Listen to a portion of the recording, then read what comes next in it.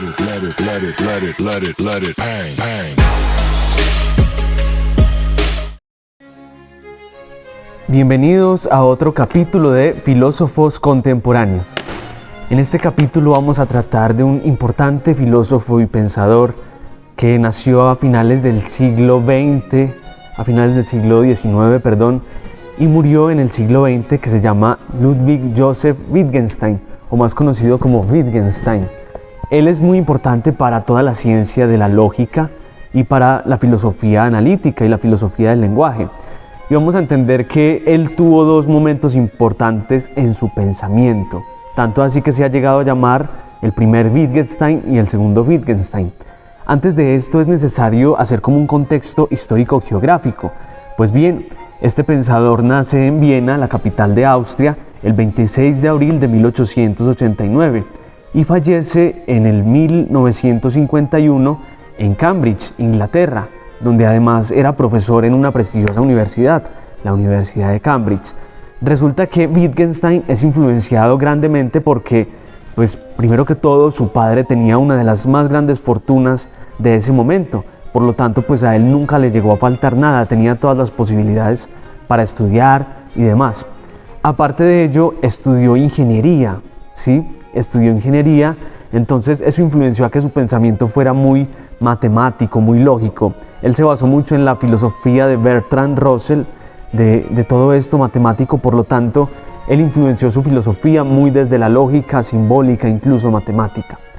Bueno, pues muy bien, resulta que el primer Wittgenstein lo conocemos en la etapa de su texto muy famoso, Tractatus Logicus Philosophicus, que no lo tengo pues en este momento, pero que básicamente plantea durante 7 capítulos lo que él denomina el atomismo lógico. ¿Qué significa el atomismo lógico? Resulta que para Wittgenstein el mundo real tenía una igualdad con el mundo del lenguaje, tanto así que él llegó a llamar que esto era un isomorfismo. Significa que entonces, como en el mundo real hay unas partículas pequeñas o unos hechos pequeños que se llaman hechos atómicos, son los hechos como más significativos, pues de la misma manera en el lenguaje hay unas proposiciones que se llaman proposiciones atómicas, que son como el cuadro de la realidad. Entonces lo que dice Wittgenstein básicamente es que el mundo es todo lo que acontece. Ese todo acontecer tiene unos hechos que son hechos atómicos. Esos hechos atómicos, por el isomorfismo que él dice, se igualan al lenguaje. Él dice que el lenguaje también es como un mapa de la realidad. Él plantea incluso la tesis de que los límites del lenguaje son los límites del mundo. Por lo tanto, las proposiciones atómicas reflejan esos hechos atómicos. Y de esa manera él dice que el lenguaje es como esa estructura sobre la cual se fundamentan las proposiciones y sobre las cuales se fundamenta todo el mundo. Digamos que a pesar de que él no hizo parte del Círculo de Viena, sí influenció mucho allí, influenció también mucho como para la decadencia de la metafísica por todas estas ideas que él tuvo y que influyeron mucho en el Círculo de Viena.